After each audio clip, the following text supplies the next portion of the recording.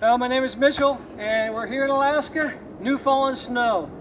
We've got our 3-month-old new conversion van, 2020 Sprinter. We wanted to see how it handles in the new fallen snow. Now, we do not have the stock tires on. They're a little small for the vehicle, I think. When you do a conversion van, you add a little bit more weight. You want to make sure that you're nice and stable. These tires are awesome. They're the Method racing wheels and the Firestone, really nice aggressive tire. It handles really good on the highway. Now, the only way that you can get the larger tires on the Sprinter van is this little section here. It has to be removed off. It's bolted on. Then you remove that off. It's actually out to about here. And then they cut that little section off, move this back, and it makes it big enough for the wheel. The rear area works out fine.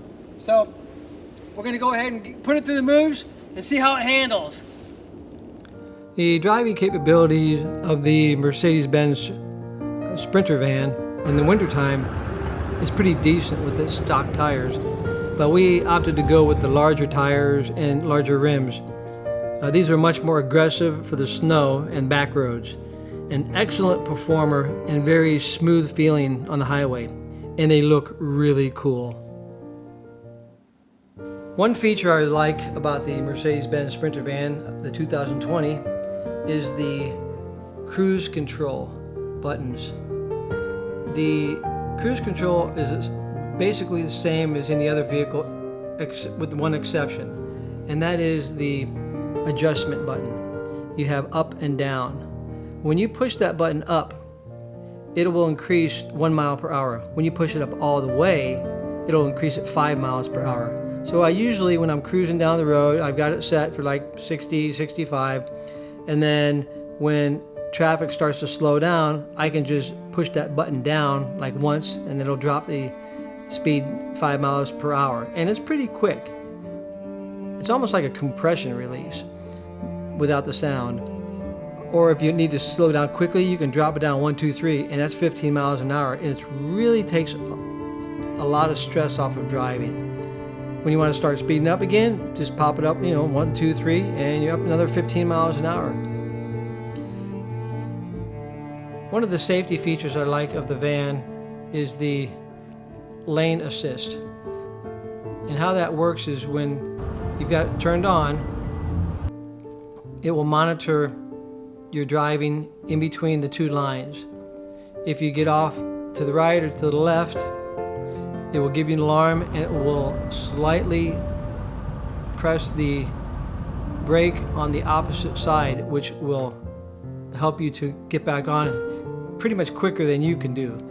So it doesn't slam on the brakes, it just gives a little bit of a jolt there. So it's really kind of a nice safety feature. As I drive down the road on the highway, in the snow, you're really kind of concerned about sliding, especially in a heavier van, and just a van in general. Even with the aggressive tires, even though they're not studded, you still kind of are concerned about that. But as I drive in snow, and not ice, but snow, I feel going around the corner, it's really stable. I'm not getting any slide from it. And that's in 2-wheel drive. So putting in 4-wheel drive, it's just, you can really feel the difference. I mean, you just really kind of feel like you're stuck on the road there. So that's a really nice feature of the van. They're really, really well constructed on that. With the winter driving just beginning in Alaska, and our first trip hitting snow, driving up to the Alaska range to Fairbanks and Chena Hot Springs to view the northern lights, and that's in one of our other videos that you can look at if you like. It was really different, because when we first began, we weren't expecting snow, but when we hit snow at night, really dark, I was really kind of nervous. So I just took it easy in 2-wheel drive, just following other drivers, and then we got up into a little bit more snow, and then we would have to stop, put it in 4-wheel drive, and then continuing on. And you could really feel the difference in the 4-wheel drive and the 2-wheel drive. It really felt much more comfortable, much safer. This is a conversion van. There are some things we put in here that did not come stock, such as the S-bar heater.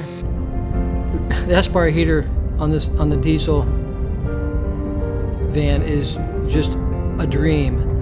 I had one on a boat one time. It didn't really work as well. I think it was maybe just down to the computer setup. But this one I have not had any problems with. In Alaska, like I said, when I went up to Fairbanks area, it got down to 9 degrees at night, and that heater just kind of hummed along and just kept the inside so nice and warm. Well, I also use this feature when I want to warm up the van in the morning. If it's really cold out, I'll start the van, obviously, and you want to plug it in, help keep it warm. Also, when you go into a store, you shut the vehicle off, obviously, and you can just let the van S-bar heater just continue to run. It'll keep your van nice and toasty. You come back, you leave your little dog on the inside in the wintertime, or your cat, and it's nice and warm in there. So you don't have to worry about that. So the S-bar heater is definitely a great addition for this van. And being diesel, it's much safer running than a propane heater.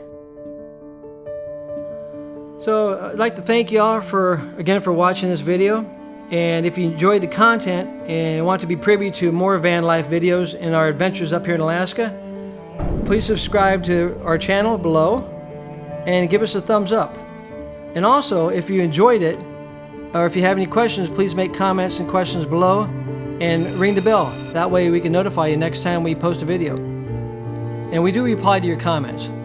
So you all stay safe, God bless, and we'll see you next time on Alaska Adventures.